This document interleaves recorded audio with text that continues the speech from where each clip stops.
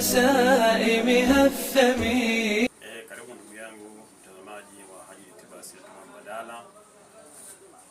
Nimekualika tena kwa mara nyingine kama nilivyokualika awamu ya kwanza kwamba tuna 50% ya punguzo la bei ya magonjwa ya mfumo wa akili, mfumo wa upumuaji, mfumo wa chakula, mfumo wa mkojo na mfumo wa mifupa. Leo kwa uchache tunaenda kuzungumzia dawa moja ambaye imeenda kukabiliana na magonjwa yote, magonjwa yasiyoambukiza, magonjwa ya kurithi na magonjwa ya kuambukiza.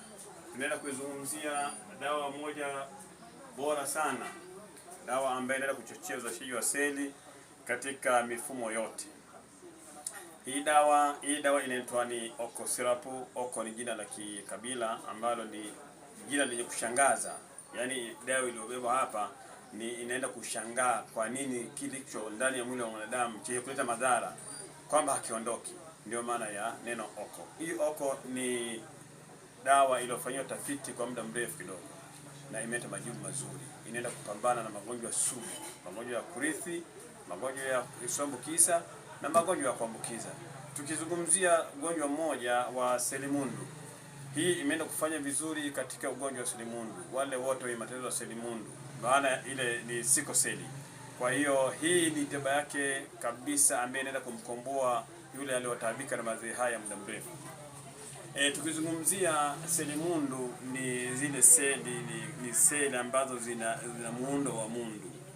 Kwamba asili ya seli itakiwa iwe mviringo na inakuwa laini. Lakini hii seli ni selimundu ni seli ambayo ni ndefu kidogo na inakuwa na hali ya kuwa na ugumu. Hasa hii inaenda kufanya kazi ya kuchochea uzalishaji wa seli kupeleka kwenye mifumo na kwenda kushape ile seli kutoka katika ule ugumu ule na kwenda kwenye uduara. Kwa hiyo tunazungumzia dawa hii iko katika bei ya punguzo. Watu mara ya mwanzo walikuwa wanachukua kwa 30 kwa chupa moja. Lakini kutokana na utukufu wa mwezi huu basi dawa hii inaenda kuuzwa kwa shilingi 15,000. Kwa maana imepunguzwa 50% ya bei halisi.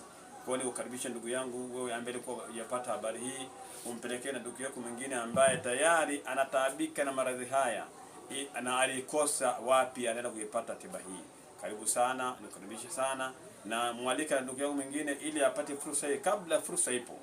Maana fursa inaisha baada ya Ramadhani kuisha, basi na hii ofa itakuwa imekwisha. Karibu sana, nikaribisha sana. Asante sana.